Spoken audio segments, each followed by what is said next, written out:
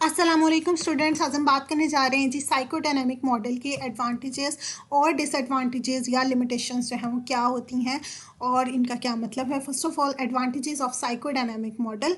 Abnormal psychology में models of abnormality में हमारे पास साइकोडायनामिक मॉडल जो है वो बहुत ज़्यादा अहम है। उसके बहुत सारे एडवांटेजेस हैं और इसको इंट्रोड्यूस किसने किया था? फ्राइड ने। ठीक है, फ्राइड और उनके फॉलोअर्स जो हैं उन्होंने क्या किया इस मॉडल के ज़रिए, ये वाला मॉडल जो है इसने क्या किया था, बहुत ज़्यादा एबनॉर्मल फंक्शनिंग का जो व्यू था उसको बिल्कुल चेंज कर दिया था।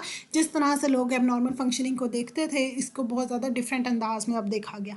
ठीक है, पहले वो ये होता था, कभी उसको देखते थे कि जिन चुड़ैलों की वजह से हो रहा होता है, जो भी कोई एबनॉर्मल फंक्शनिंग हो रही होती है, कोई डेमन है उसने पोसेस कर लिया। फिर बायोलॉजिकल मॉडल आया तो बायोलॉजिकल मॉडल में ये देखा गया कि बायोलॉजिकल प्रोसेसेस होते हैं हमारे अंदर जो कर रहे होते हैं ये सारी चीज़ें एबनॉर्मल फंक्शनिंग। लेकिन साइकोडायनामिक मॉडल ने आके क्या किया, उसने ये बताया कि हमारी जो है वो हमारे माइंड में कुछ ऐसी चीज़ें चल रही होती हैं, कन्फ्लिक्ट्स चल रहे होते हैं, अगर उनको रिजॉल्व किया जाए तो ये एबनॉर्मल फंक्शनिंग ठीक हो जाएगी। ठीक है, इस तरह से इन्होंने एक न्यू वे दिया।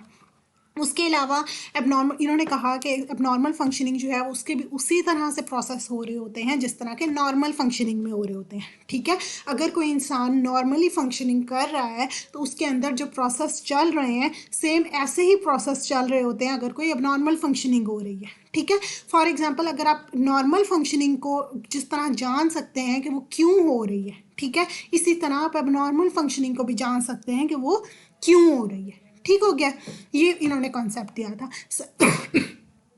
साइकोलॉजिकल कन्फ्लिक्ट जो है, उन्होंने कहा कि ये जो साइकोलॉजिकल कन्फ्लिक्ट है ये बहुत ज़्यादा कॉमन है। मतलब अगर आपके माइंड में कन्फ्लिक्ट चल रहा है, अगर आपके माइंड में जो फोर्सेस हैं, ईगो एंड सुपर ईगो, वो आपस में कन्फ्लिक्ट में चल रही हैं, साइकोलॉजिकल कन्फ्लिक्ट है उनके दरमियान, तो अगर वो कन्फ्लिक्ट बहुत ज़्यादा हो जाता है, एक्सेसिव हो जाता है, तो इससे आगे जाके क्या बनती है? एबनॉर्मल फंक्शनिंग बनती है। ठीक हो गया, ये इन्होंने बताया। और फ्राइड और इनके जो फॉलोअर्स हैं इनका बहुत ज़्यादा इम्पैक्ट है किस चीज़ पर? ट्रीटमेंट पर।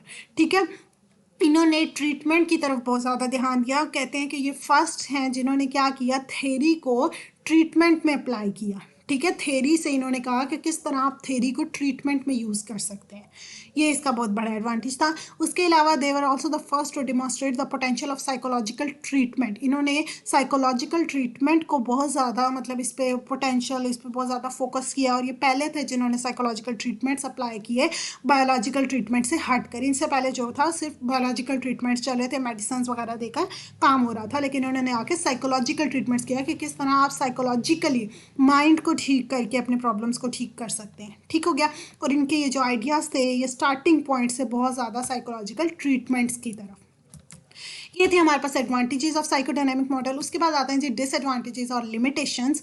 लिमिटेशंस में हमारे पास वो कहते हैं कि साइकोडायनामिक मॉडल जो है वो उसको रिसर्च करना उस पर बहुत ज़्यादा हार्ड है। ठीक है, क्योंकि हमें पता है कि इसके जो कॉन्सेप्ट हैं वो लैब में अप्लाई नहीं किए जा सकते, लैब में उनको सर्च नहीं किया जा सकता, वाइल बिहेवियरल मॉडल को किया जा सकता है। तो इस बिहाफ पर उन्होंने इसको जो है इसको रिसर्च करना बहुत ज़्यादा मुश्किल है। क्यों इसको लैब में अप्लाई नहीं किया जा सकता, इस पर रिसर्च नहीं किया जा सकता है? क्योंकि इसके कॉन्सेप्ट जो हैं वो बहुत ज़्यादा एब्स्ट्रैक्ट हैं। ठीक है, ख्याली हैं। अब ये जो ई ड्राइव्स हैं, ईगो डिफेंस मैकेनिज्म्स, फिक्सेशंस चल रही हैं अंदर ही अंदर, ये सारी चीज़ें एब्स्ट्रैक्ट हैं, आप इसको देख नहीं सकते, ना इनको टच कर सकते हैं।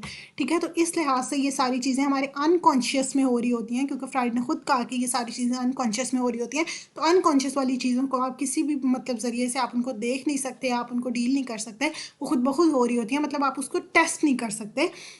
तो इस वजह से इन पर रिसर्च करना बहुत ज़्यादा मुश्किल है। ठीक हो गया, इसी वजह से इनके ऊपर बहुत ज़्यादा लिमिटेड रिसर्च सपोर्ट हमें मिलती है, और इस वजह से साइकोथैनेमिक थेरीज जो हैं वो ज़्यादातर किस चीज़ पे रिलाई करी, इनके ज़्यादातर जो भी कोई हैं वो एविडेंसेस हमें मिलती हैं वो इंडिविजुअल केस स्टडीज़ से हो रहे होते हैं। मतलब एक ही इंसान पे डीलिंग हो रही है और उसी को लेकर कॉज इफेक्ट सब कुछ। जिस तरह एना ओ का केस है साइकोडायनामिक मॉडल में बहुत ज़्यादा इंपॉर्टेंट है, एना ओ का केस, वो भी एक केस स्टडी है, एक ही इंसान पर उसकी स्टडी हो रही हो तो वो केस स्टडी होती है। तो इंडिविजुअल केस स्टडीज़ वाले जो होते हैं आप उसको लार्ज स्केल पर अप्लाई करना बहुत टफ होता है। ठीक है, क्योंकि लार्ज स्केल पे अप्लाई करने के लिए आपको थोड़ा ज़्यादा बड़ा मतलब चाहिए होता है, आपका सैंपल बड़ा हो, आपकी पॉपुलेशन बड़ी हो, तो इस वजह से केस स्टडीज़ पर होती हैं, तो इन पर रिसर्च सपोर्ट भी बहुत कम है। तो ये क्या है, इसके डिसएडवांटेजेस हैं। लेकिन फिर भी इन डिसएडवांटेजेस के साथ भी वो कह रहे हैं कि हमारी जो ये लॉन्ग टर्म साइकोडायनामिक थेरेपी है ये बहुत ज़्यादा हेल्पफुल है, ठीक है, जिन लोगों के अंदर लॉन्ग टर्म कॉम्प्लेक्स डिसऑर्डर्स रहे हैं, इस वजह से ये बहुत इंपॉर्टेंट है। और वो कह रहे हैं कि आजकल जो हमारे क्लिनिकल साइकोलॉजिस्ट्स हैं उनमें से 18% जो है वो क्या कर रहे हैं, साइकोडायनामिक मॉडल को यूज़ कर रहे हैं, साइकोडायनामिक थेरेपीज़ अप्लाई कर रहे हैं और वो खुद को साइकोडायनामिक थेरेपिस्ट्स कहते हैं, ठीक है। तो इस वजह से ये मॉडल स्टिल इसके अंदर डिसएडवांटेजेस या लिमिटेशंस हैं, लेकिन फिर भी ये मॉडल अभी भी बहुत ज़्यादा अहमियत का हामिल है, ठीक है, बहुत इंपॉर्टेंट है, ठीक है। That's all about psychodynamic model. Thank you so much and अल्लाह हाफिज़।